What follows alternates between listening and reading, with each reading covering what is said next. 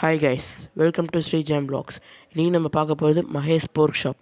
இது பார்த்தீங்கன்னா இந்திரா நகர் மீன் மார்க்கெட்டில் இருக்குது. இந்த கடையோட மற்ற டீட்டெயில்ஸ்லாம் டிஸ்கிரிப்ஷனில் கொடுக்குறேன்.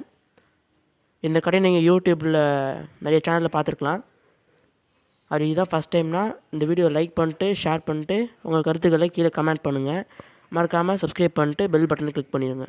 வாங்க வீடியோக்குள்ளே போகலாம்.